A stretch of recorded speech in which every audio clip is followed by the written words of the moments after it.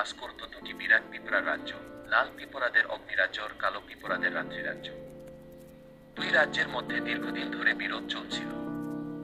অগ্নিরাজ্যের পিঁপড়ারা ছিল তীব্র গতি ও যোগ কৌশলের জন্য বিখ্যাত, আর রাত্রিরাজ্যের পিঁপড়ারা ছিল স্থৈর্য ও ধৈর্যের প্রতীক। একদিন অগ্নিরাজ্যের সেনাপতি জ্বলন্ত ঘোষণা দিলেন, এবার আমাদের শক্তি প্রমাণ করার সময়। আমরা রাত্রিরাজ্যের খাদ্য ভাণ্ডার দখল করব। অন্যদিকে রাত্রিরাজ্যের মহাযুদ্ধ সেনাপতি নিশাচর বললেন, আমরা তাড়াহুড়ো করব না, তবে আমাদের কৌশল এমন হবে যাতে লাল পিঁপড়ারা হতবাক হয়ে যায়। যুদ্ধ শুরু হলো। অগ্নিরাজ্যের পিঁপড়ারা দ্রুত আক্রমণ করল, রাত্রিরাজ্যের বাহিনী তাদের প্রবল প্রতিরোধে আটকে দিল। যুদ্ধ দিনের পর দিন চলল, উভয় পক্ষই হুমকির মুখে পড়ছিল। একদিন দুই রাজ্যের বৃদ্ধ পিঁপড়ারা একত্রিত হয়ে এক সভা ডাকলেন। তারা বললেন, আমরা যুদ্ধের মাধ্যমে কিছুই অর্জন করতে পারছি না, বরং যদি আমরা একসঙ্গে মিলেমিশে থাকি তাহলে পুরো বন হবে আমাদের।